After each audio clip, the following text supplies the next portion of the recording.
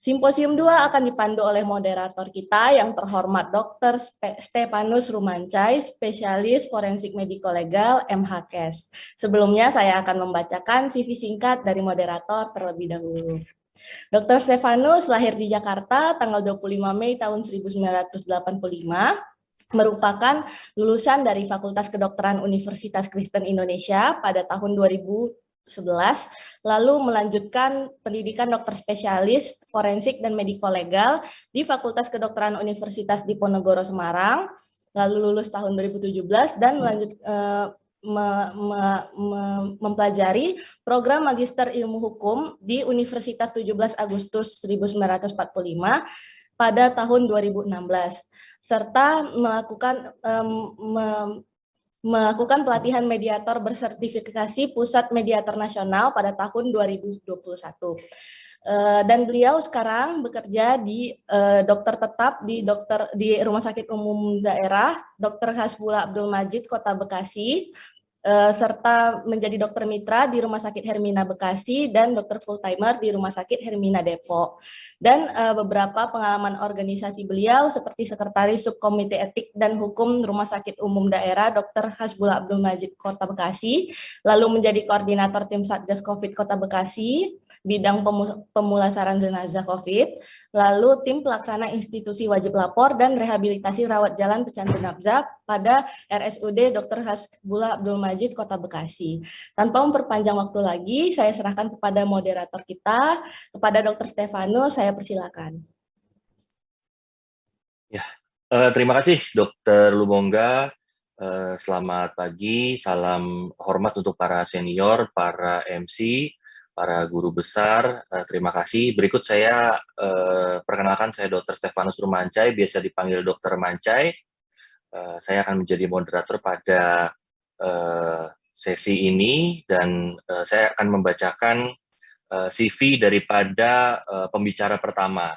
Ya, pembicara pertama ini adalah dokter senior, Dr. Betty Adiati, spesialis forensik dan mediko legal. Beliau kelahiran 25 Agustus 1985. Beliau menempuh pendidikan dokter spesialis forensik di Universitas Indonesia dan kemudian pekerjaan beliau saat ini adalah dokter spesialis forensik dan mediko legal di Rumah Sakit Dr. Aji Darmo Kabupaten Lebak. Kemudian pengalaman organisasi beliau, kalau saya lihat di sini sudah banyak ya. Ini mungkin hanya sedikit saja ditampilkan atas kerendahan hati beliau ya di dalam organisasi ini, termasuk beliau sebagai Wasekjen PP Perhimpunan Dokter Forensik Indonesia. Tanpa memperpanjang waktu, mungkin saya akan langsung memulai saja kepada Dr. Betty. Saya persilahkan izin untuk mengingatkan terkait waktu presentasi 20 menit. Nanti 5 menit sebelum sesi selesai akan saya ingatkan. Terima kasih untuk waktu dan slide saya persilahkan. Ya, baik. Terima kasih. Assalamualaikum warahmatullahi wabarakatuh. Senang sekali ya pagi ini kita bisa berkenalan dengan Dr. Lumonga dan tim, kemudian juga kita bisa reuni dengan Dr. Stefanus dan juga Dr. Anissa nih ya. Baik, materi saya tidak akan terlalu panjang karena nanti akan lebih jelas secara detail dengan Dr. Anissa ya. Oke, baik. Saya akan share screen. Oke. Ya, apakah sudah terlihat ya? Oke, baik. Sudah, Dok. Ya, pada kesempatan kali ini saya akan menyampaikan suatu topik yang mungkin belum banyak diketahui ya, yaitu dokter sebagai korban kedua dalam sengketa medik. Sebagai pendahuluan, tentunya kita tahu ketika kita sudah menjadi dokter, artinya kita sudah siap dengan segala apapun yang melekat pada profesi dokter. Baik itu yang sifatnya adalah benefit maupun juga resiko ya. Tapi biasanya nih yang paling ditakuti adalah resikonya ya. Yang paling membuat kita cemas, kemudian mungkin tidak enak makan, tidak enak minum, tidur ya. Biasanya kalau sudah ada resiko profesi yang kita alami ya. Pertanyaannya adalah apa aja resikonya secara detailnya yang mungkin terjadi pada saat kita menjalankan profesi, kemudian kita sejauh mana sih mengetahui seperti apa resiko yang kita alami tersebut dan bagaimana kemudian kita memanajemen resiko tersebut. Ya. Nah, ini adalah yang paling banyak ya, yang paling banyak dari resiko-resiko profesi sebagai dokter ya. Tentunya menghadapi komplain itu sudah kita ketahui, yaitu sudah ya mungkin tiap hari juga ada komplain ya. Kemudian yang mungkin lebih jarang sampai ke tuntutan ya. Tapi meskipun jarang, ini adalah menjadi suatu mimpi buruk tentunya ya bagi setiap dokter. Kalau sampai dituntut pasien, masih ada nggak sih yang masih bisa menerima dengan tidak cemas gitu ya. Tentunya ini menjadi suatu concern yang cukup penting bagi seorang dokter. Kenapa? Ya karena kalau dituntut itu ya kita bisa ada risiko berikutnya, yaitu dihukum sampai juga dicabut medical license-nya ya. Ini adalah sebagai gambaran bahwa tuntutan terhadap profesi dokter itu dari tahun ke tahun terus meningkat. Tentunya ini dipengaruhi berbagai faktor ya, tapi yang paling signifikan tentu karena masyarakat kita sekarang sudah berubah dari pola hubungan dokter pasien yang bersifat paternalistik sekarang sudah tidak seperti itu, terlebih di era informasi yang sangat terbuka dan kemudian mereka mengetahui bahwa oh mereka ternyata punya hak juga untuk melakukan tuntutan kepada berbagai jalur ya, baik itu jalur etik, disiplin maupun jalur hukum. Tentunya setelah kita melihat grafik yang semakin meningkat tadi, kita harus aware juga bahwa nggak hanya pasien yang kemudian menjadi korban ya, tentunya pasien menjadi first victim ya, tapi ternyata dokter juga menjadi korban ya. Korban keberapa? Ya korban kedua setelah pasien ya. Kenapa dikatakan sebagai korban? Ya karena ternyata dokter juga mengalami serangkaian hal-hal yang tidak menyenangkan ketika dia dituntut ya. Nah, tentunya dalam proses sengketa medik biasanya tidak cukup waktu untuk menyelesaikan dalam waktu singkat ya. Biasanya membutuhkan waktu yang cukup lama ya, sehingga tentunya selama menjalani proses ini banyak sekali elemen-elemen yang harus terlibat ya, termasuk dukungan dari rumah sakit ya. Nah, ternyata nih dari beberapa survei yang dilakukan, sebagian besar tenaga kesehatan termasuk dokter menyatakan bahwa dukungan organisasi ketika mereka menjadi korban kedua ternyata masih belum cukup memadai. Nah, ini adalah awal dikenalkan istilah second victim itu oleh Dr. Wu pada tahun 2000 ya. Jadi Dr. Wu melihat suatu fenomena bahwa ternyata profesional kesehatan itu juga mengalami kok yang dialami umumnya sebagai victim gitu ya, sebagai korban ya. Dan di dalam prosesnya ternyata ada beberapa stage ya. Yang pertama tentu biasanya di awal-awal dokter atau profesional kesehatan mengalami rasa kaget, shock gitu ya. Kemudian terus dibayang-bayangi oleh kejadian tersebut sehingga dia akhirnya menderita karena tidak bisa tidur misalnya ya, jadi insomnia, tidak bisa tidur, kemudian juga mudah tersinggung ya, dan susah berkonsentrasi ya. Kemudian tahap berikutnya bisa saja menjadi lebih parah ya. Sudah mulai kemudian mempengaruhi moodnya, bahkan mungkin mempengaruhi ada kepribadiannya, ya, yang mana ini disebut sebagai post traumatic syndrome. Nah, ini adalah contoh dari second victim syndrome ya. Jadi beberapa ahli mengelompokkan ke dalam 6 stage ya. Nah, kita bisa lihat nih, biasanya kita kalau ada dituntut gitu, kita mempertanyakan, loh kenapa kok saya dituntut ya? Kemudian mulai gitu kan kecemasan, berpikir apa ada yang salah gitu ya. Padahal misalnya dia merasa semuanya sudah berjalan sesuai prosedur gitu ya. Kemudian juga berikutnya dia akan ketika dia misalnya setelah menelaah, kemudian ternyata merasa ya, meskipun belum terbukti nih, tapi merasa wah jangan-jangan ada kesalahannya di langkah salah satu langkah dari sekian langkah gitu ya, atau di aspek-aspek lain ya. Kemudian akan juga mulai ketika dia sudah merasa ada sesuatu yang salah, kemudian dia juga mulai terpengaruh gitu ya, integritas personalnya. Kemudian dia mulai mengira-ngira, nih orang lain memandang saya seperti apa ya, sejauh saya memandang seperti apa ya. Kemudian juga mulai muncul ketakutan-ketakutan ketika misalnya resiko itu kemudian berlanjut di eksternal ya, ternyata misalnya tidak bisa selesai melalui mediasi, kemudian juga mulai muncul ketakutan, nih pasien akan melakukan langkah apa ya, bagaimana kalau ternyata dia menuntut ke jalur hukum gitu ya, bagaimana nasib saya, apakah saya mungkin akan bisa terus praktik atau jangan-jangan saya nanti bisa dicabut lisensi prakteknya ya. Sehingga kemudian setelah perkembangan ini tentunya emosinya terus-menerus mengalami suatu gangguan gitu ya. Nah, disinilah perlunya ada support gitu ya. Nah, ketika ada support, maka kemudian bisa masuk ke dalam stage yang kita harapkan tentunya, yaitu bisa melanjutkan kesehariannya seperti biasa ya. Nah, biasanya moving on ini umumnya ini terjadi kalau kasusnya sudah selesai gitu ya. Tapi biasanya kalau kasusnya belum selesai, ya masih terus kepikiran gitu ya. Oke.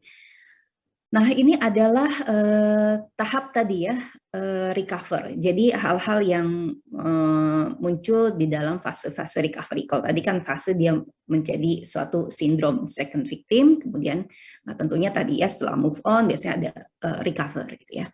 Nah, tahap-tahap recover ini antara lain adalah dia sudah mulai ada awareness, oh oke, ternyata di dalam insiden ini ada salah satu yang mungkin berkontribusi ya, selain mungkin dirinya sudah yakin nih, tapi ternyata ada faktor-faktor yang sifatnya latent error yang ternyata menyebabkan terjadinya active error dan terjadilah insiden terhadap pasien ya. Kemudian setelah adanya awareness, tentu yang diharapkan berikutnya terjadi adalah adanya evaluasi ya, khususnya evaluasi diri ya. Kemudian dia jadi lebih misalnya hati-hati gitu kan. Kemudian lebih lagi dengan teamworknya, komunikasi menjadi lebih intens ya, lebih baik, ataupun sistem-sistem di rumah sakit dia jadi ikut serta untuk menilai juga gitu ya.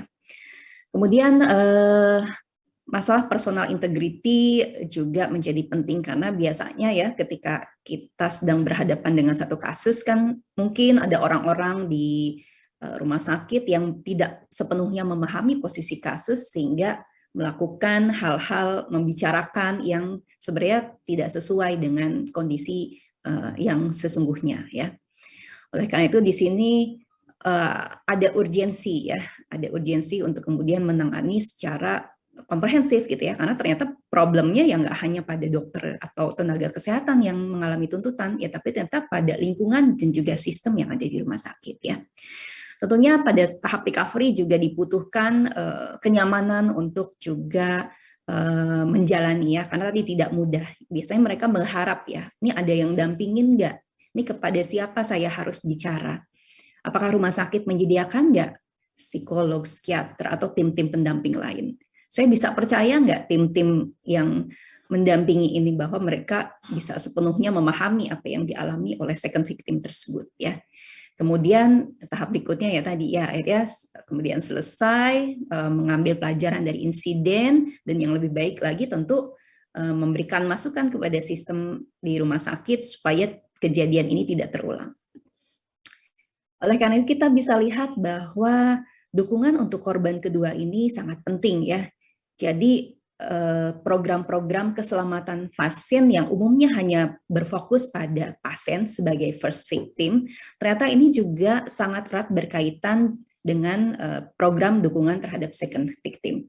Kenapa? Kita bayangkan bahwa kalau kita hanya berfokus pada program untuk first victim saja, tapi kita tidak melihat bahwa second victim juga butuh dukungan. Kebayangkan misalnya dokternya tidak disupport, kemudian terjadi gangguan terhadap konsentrasi dan lainnya, justru ini dalam dia berpraktik. Ya misalnya dokternya ternyata masih juga harus praktik di rumah sakit tersebut, tapi tidak disupport. Tentunya ini menimbulkan resiko baru terhadap keselamatan pasien itu sendiri. Sehingga harusnya baik first victim maupun second victim menjadi suatu program prioritas harus didukung supaya menjadi satu kesatuan untuk menciptakan budaya patient safety. Ya, jadi prioritas ya kita karena sama seperti halnya hubungan dokter pasien kan sangat erat ya. Berarti ketika kita memperhatikan pasien ya kita juga harus memperhatikan dokter dan juga support system lain yaitu tenaga kesehatan lainnya ya. Dukungan yang baik tentunya akan membantu korban kedua tetap bisa bekerja dengan baik ya. Dukungan yang minimal harus disediakan ada psikolog dan psikiater, namun jangan lupa yang tak kalah pentingnya adalah dukungan dalam ketersediaan tim pendamping mediko-legal. Karena sebagaimana yang kita tahu, proses untuk bisa menyelesaikan satu kasus itu umumnya cukup membutuhkan waktu yang cukup lama, sehingga ketersediaan tim-tim pendamping ini akan sangat membantu dokter dalam menghadapi kasus tersebut ya. Nah, sebenarnya program-program yang nanti harus disediakan oleh rumah sakit adalah dalam rangka memberikan keyakinan bahwa mereka korban-korban kedua ini mereka sebenarnya tetap kompeten tuh, capable kok dan mereka valuable ya. Jadi dukungan penghargaan bahwa mereka itu juga tetap menjadi bagian penting dari rumah sakit ya. Nah, ini adalah 5 hak dari second victim ya. Jadi tenaga kesehatan, dokter-dokter yang mengalami second victim syndrome ini, dia harus diperlakukan dengan adil, dia memiliki hak untuk dihormati ya, kemudian juga memiliki hak untuk adanya pengertian dan belas kasih, kemudian juga memiliki hak untuk disupport, dan juga memiliki hak untuk juga berkontribusi untuk memberikan pembelajaran ya, jadi dia juga harus dilibatkan nanti dalam perbaikan sistem. Nah, sebagai penutup ya, dan juga sebagai trigger awareness buat kita semua ya, jangan-jangan nih, wah tempat kita aman nggak ya dengan adanya fakta bahwa ternyata kita bisa jadi second victim ya. Jadi pertanyaan-pertanyaan yang patut kita ajukan juga mungkin ke manajemen dan diri kita sendiri kalau kita bekerja di rumah sakit adalah antara lain, apakah ada suatu complaint handling system yang bersifat responsif di rumah sakit. Kemudian apakah kita nyaman nggak? Cukup nyaman nggak kita bekerja dengan coworkers kita ya. Kemudian ada nggak sih pertemuan-pertemuan rutin misalnya di komite medik ya untuk melakukan audit medik tanpa harus menunggu adanya aduan ya. Jadi secara rutin nih audit mediknya. Kemudian bagaimana sih iklim etik yang ada di rumah sakit? Kemudian ada nggak dukungan terhadap ketersediaan asuransi profesi? Kemudian ada nggak ya support system yang menemani kita ketika kita menghadapi komplain, ketika kita menghadapi sengketa medik.